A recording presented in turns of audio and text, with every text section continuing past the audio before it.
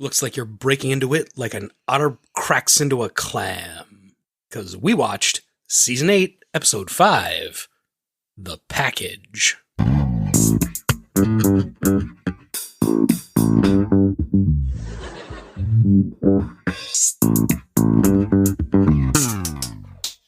So, Katie. Hello. How did you like The Package? Was this a double episode? Nope. Okay, it felt long, Mm. but I liked it because there were a lot of things that I recognized, Oh, yeah? but it felt long. Do you want to list off the things that you recognized? George's photo, Sure, yeah. Uncle Leo's eyebrows, The Timeless Art of Seduction. maybe that's it. 2 things is a list. Did you like it? It was fine. Did it feel like it went on? I don't know, like a lot happened. Yeah. Everybody was fully involved. Maybe that's why it felt so long. We were always cutting to a different story. Not really getting anywhere. Kind of. So The Package was written by Jennifer Crittenden. This is the first Seinfeld episode that she wrote. She stayed on until the end of the series and wrote 7 or 8 episodes. It was directed by Andy Ackerman. It aired on October 17th, 1996. Vulture.com ranked it as the 140th. Wow. Out of 169. That's too low. Definitely feel like that's too low. Screen Crush ranked it at a much more middling 117. IMDb had it much higher at the 46th best episode. I think it's the touchstone factor. People remember the photo and the eyebrows, and they're like, "Oh, that was a great episode." I'd say it's middling. I laughed sometimes. Is that my threshold? If I laugh, it's a good episode. I mean, it helps. If the comedy television show that you're watching makes you laugh, it might indicate that you like it. There was one point where I laughed out loud, but I will bring it up later.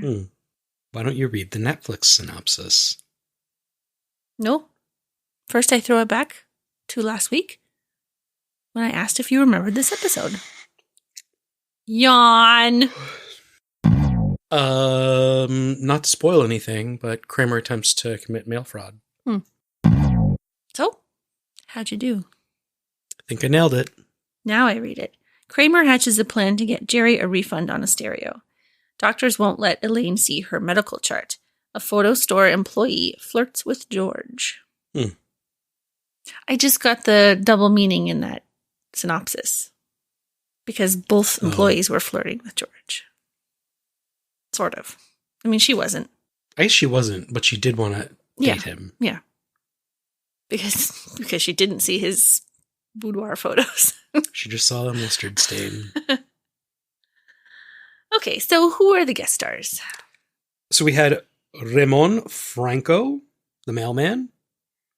He was in Once Upon a Time on Hollywood, a couple of episodes of The Bridge, and he was in one episode of a TV show called Nightman. Wait, The Bridge, is that where the person dies on the bridge? No, I think that's something else. Oh. So I wanted to share what The Nightman was about. Is it about a man with the eyes of a cat? Nightman tells the story of Johnny Domino, a jazz musician who gains powers after getting hit by lightning.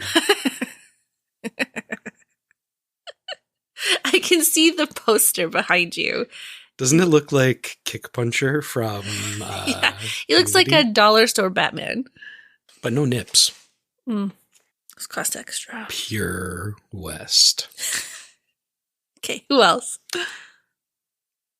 Before we get into that, have you seen like the memes about all of the sex that Adam West was having on set? No. Oh, okay. Apparently him and the actor that played the Riddler were thrown out of an orgy because they wouldn't stop pretending to be Batman and the Riddler.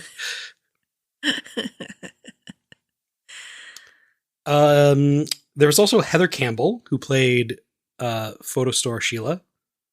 She was in Ski School 2. We've seen that movie. Yep, it was on How Did This Get Made?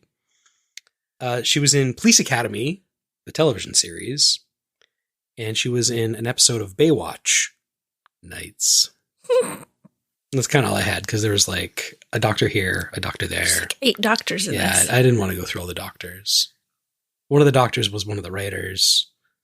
We have another opening scene that has nothing to do with anything. Kramer and Newman are reading the National Enquirer. Yeah, probably.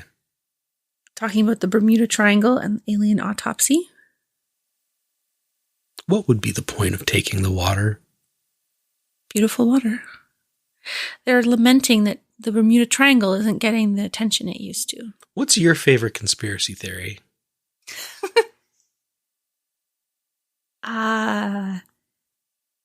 Don't know if I have one. Do you have one? Well, sorry. I have an absolutely favorite conspiracy theory, which is that Tom Thompson was murdered in Algonquin Park, and it wasn't a canoeing accident. I could talk at length about this. Please do. No, I mean like for several hours. Okay. So that is my favorite. What's your favorite? Bermuda Triangle. I mean, flat Earth. You pro or con? We've talked before about my interest in flat Earth debunking videos. Yeah. Because I really enjoy stupid people being proven stupid. I like figuring out, like, what's the assumption, like, because in their minds, they're the ones that are being logical and mathematical and following physics. So it's like, where do they go wrong? Like, what's the wrong assumption or the wrong calculation or the wrong understanding that, like, causes their entire equation to get it so utterly and completely wrong? Was there a test that someone did involving toast? Toast in Australia and the US? Toast? Yeah. Like to prove the Earth was flat. There was some toast-related experiment. No? I don't know about toast. That doesn't come to mind. Maybe I dreamt it. Do we want to look this up? No. A cursory Google search did not yield any results. Must have made it up. So I was just trying to look up, while you were looking up conspiracy theories, what camera George had. And I have not been able to find it right now. But I did see that Phil Hartman is the voice of the American Medical Association. He is. I was thinking about adding him in. What? That's worth mentioning. And then I forgot because he wasn't on IMDb. He was uncredited. I think I didn't like the, like, goofy where Elaine stays on the line and then he responds. He's like, wait, what? Get off the line. We're trying to call someone else. It seems like an improv-y, goofy thing that, I don't know. Have you ever refused delivery of something? No, why would you do that? Your mom and sister do that all the time. They're going to hear that you're talking about them. But it's true. I've heard them discuss refusing deliveries. I don't know why. What happens to something that gets refused? What, like, I think if you buy something on Amazon and then you refuse the delivery, I think it just goes back to Amazon and you get your money back.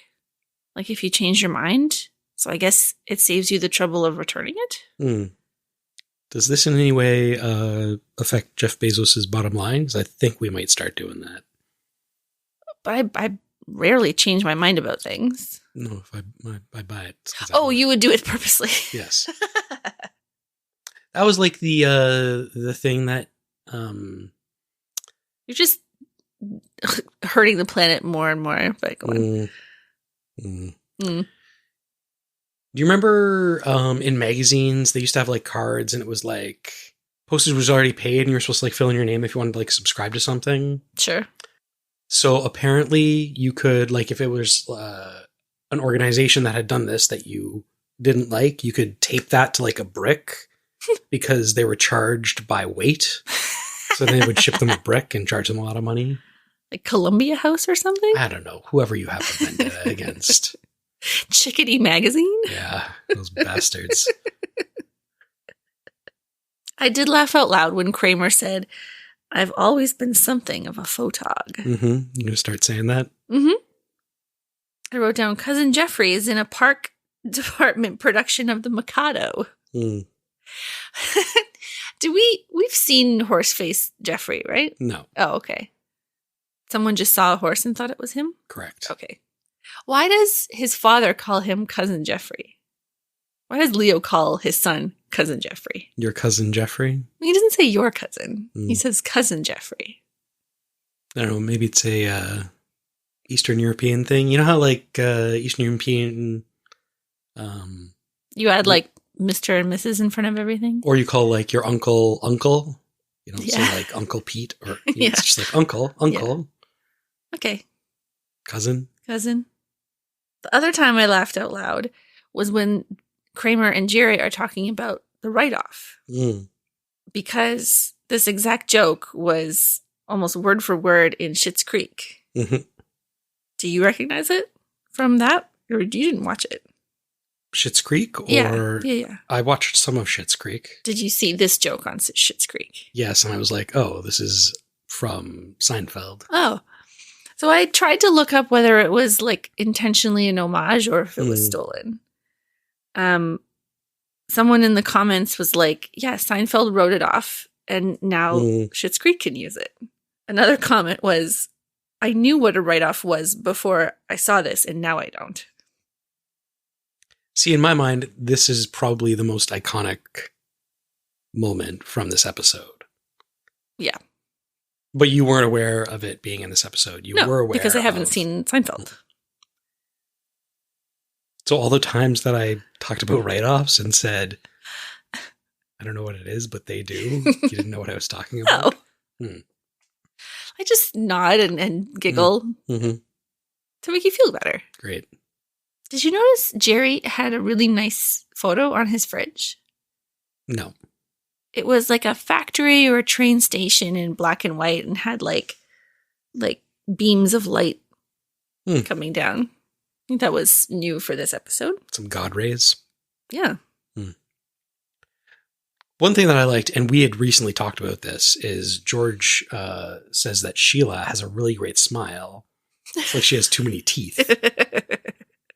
And I told you my theory about when somebody smiles and you can see 2 teeth past their canine. Okay. It means they have a nice smile. Okay. Can you see 2 teeth past my canines? Oh, yeah. Oh. I don't think I have a nice smile. I don't think you can see enough of my top teeth when I smile. Right. The more top teeth you can see, the better the smile.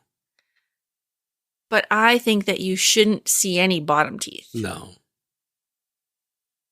Our discussion was about Rosie Jones, the comedian. Yeah. Where you can see all of her teeth when she smiles. Wisdom included, I think. British teeth. There seems to be about 300 in there. Big teeth of British smiles. Yeah. Big book of British smiles. Yeah. Not big teeth of British smiles. Also, they're pretty big teeth. Yeah. Yeah, you want a girl that grins like a great white. Let's see your smile.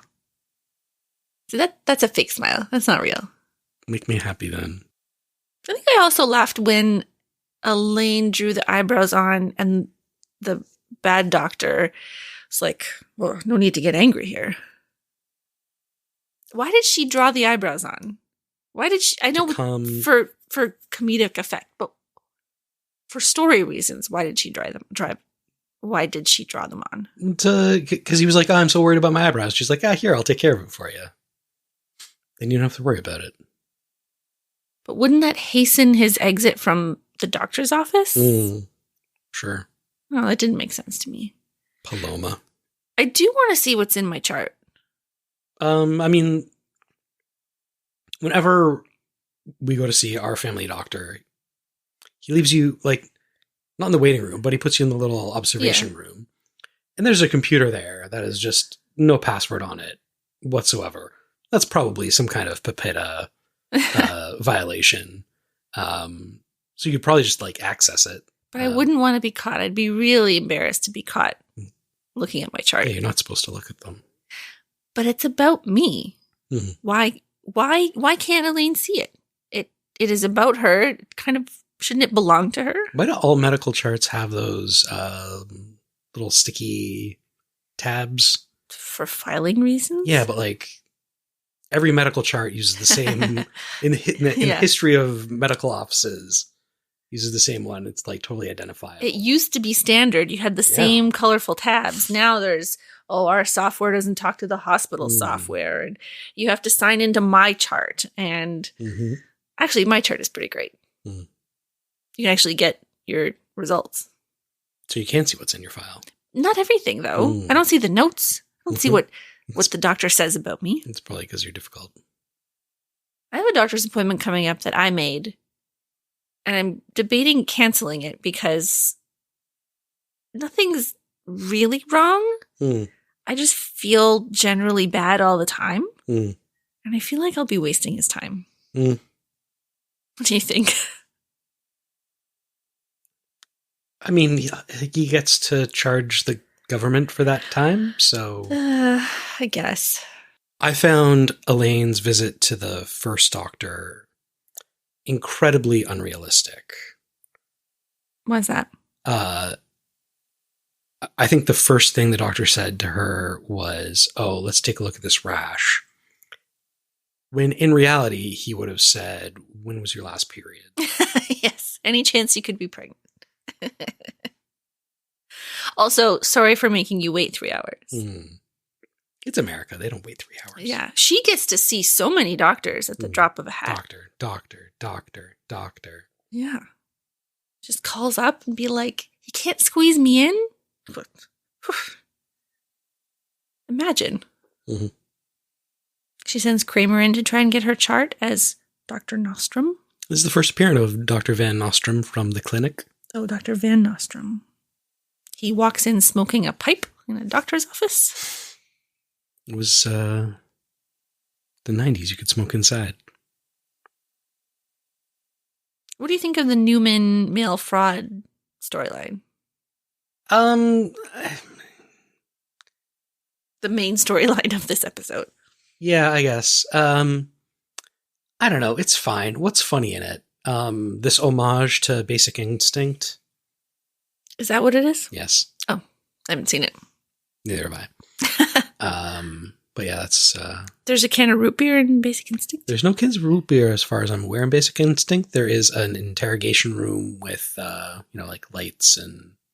Shouldn't the light be pointed at Jerry? Yeah, that's what makes this funny. Oh. Supposedly. Thanks for explaining. Now it's hilarious. Did you notice there's in the post office a fresh candy machine in the hallway? I did. That looks like a cigarette machine. I didn't notice that it was a fresh candy machine until we rewound it because we wanted to hear what George was yelling. What George was yelling. The first time I saw it, I thought it said Irish candy machine. It's just a Bailey's filled chocolate. I have a tangent. So I was looking up the writers of the Schitt's Creek episode in which the write-off bit appeared. Just to see, maybe there was a Seinfeld writer in there, or maybe there's like a thing in the IMDb that said this is an homage to Seinfeld. There wasn't. But one of the story editors was Amanda Walsh. Does that name ring a bell? Sounds pretty generic. It is pretty generic. She was a Much Music VJ. Oh. Do you remember? Blonde person? I might remember her if I saw her face. I was like, oh, I do recognize her. One interesting thing was that she's from Rigaud, Quebec. Oh. Which is the smallest town on Earth. And I didn't think people actually lived there. It's just the Customs College and the Metro. But it said that she was originally cast on Big Bang Theory as the girl. Oh, really? And they were like, oh, this isn't working. Fire her, change the character.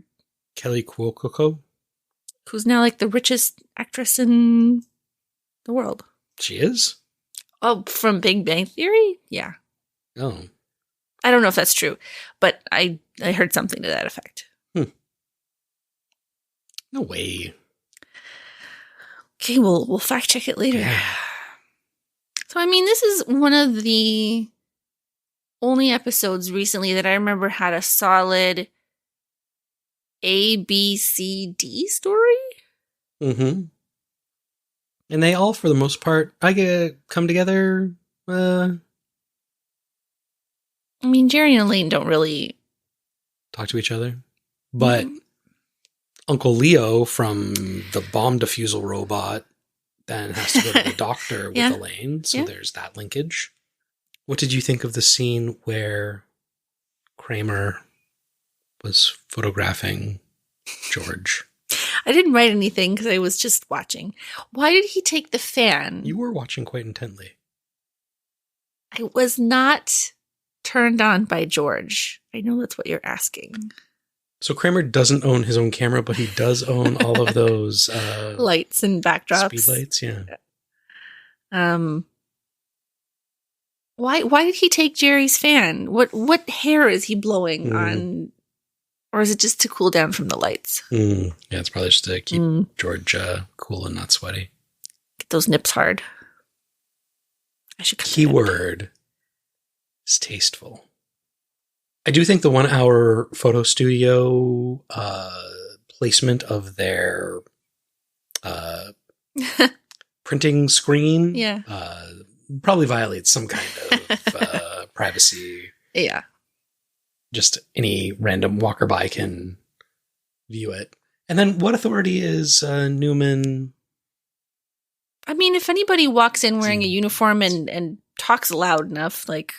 just flashes his badge. I'm a United States postal worker. He's a government employee. He could be investigating some ill-conceived mail-order pornography, right? Although those pictures weren't going in the mail, so no. You have to make a pretty big leap to... closed due to lack of evidence. So, I have a correction from last week. Oh, okay. You said you didn't at the start of the episode. I didn't print any corrections, but I used my brain printer, i.e. my memory, and also Google Keep to remind me of a correction that I have. So you didn't use your brain memory. It don't work. We both noticed Jerry's Healthy Choice vanilla ice cream. Oh, yeah. So it was a real, like, low fat or zero sugar, some crappy ice cream health brand. And they relaunched in the, I want to say 2000s, early 2000s. They had like kind of gone out of favor and they like relaunched the whole brand. Guess who was their spokesperson? Julia Louis-Dreyfus. Oh, there you go. Do you want to watch a commercial? Okay, sure. Listen, you'd be the perfect spokesperson for Healthy Choice. They got a new positive nutrition thing going on over there. Healthy, modern, new flavors. What? Me for Healthy Choice? I don't know. Well, you're not into it, you're not into it. Let's go grab a coffee. That's it? You're done? Yeah. No, you're my agent. You need to sell me on the idea. You need to be like, you're like the exclamation point on the package. You're beautiful. You're delicious. You're Healthy Choice. Wow. Bravo. So you'll do it? No, I don't want to do it. That very much looks like an episode of Curb Your Enthusiasm. In the other commercial I found, Julia has Jane Lynch over for lunch, and they're having Healthy Choice, like, frozen meals and talking about how it's not like your dad's frozen dinner. And Julia Louis-Dreyfus is just shoveling food into her mouth and talking with her mouth completely full. And Jane Lynch goes, "Are they going to have you eat on camera?" The origin of the mukbang. I referenced mukbang in a work meeting. Did people not know what that was and misunderstood you? They didn't. There was a few people who didn't know what a mukbang was. And there was some awkward explaining that happened. And some people that I still don't think believe me. So it's eating on camera. That's all it is, right? Basically, yeah. And people like to watch other people just eat food. Apparently. It's usually like pretty girls shoving a lot of food in their face, right? Yeah. Or not pretty girls, other people. The only mukbang Anybody? I've seen is drag queens doing it. Oh. But they're very pretty, so there you go. So next week we have the fatigues. Yep. What's it about? To be honest, I didn't recognize this episode based off the title. Did you read ahead? I read the Netflix synopsis, and I do recognize it. So what happens in But the I fatigues? failed, so I don't. I actually don't remember what the fatigues are. Okay. So, no. Well, we'll find out next week on Close Talkers. Bye-bye. Bye. Believe it or not, this is our podcast. Please subscribe at the end. If you subscribed, we would be happy. Please subscribe to us. Believe it or not, it's our podcast. Is that a Seinfeld reference?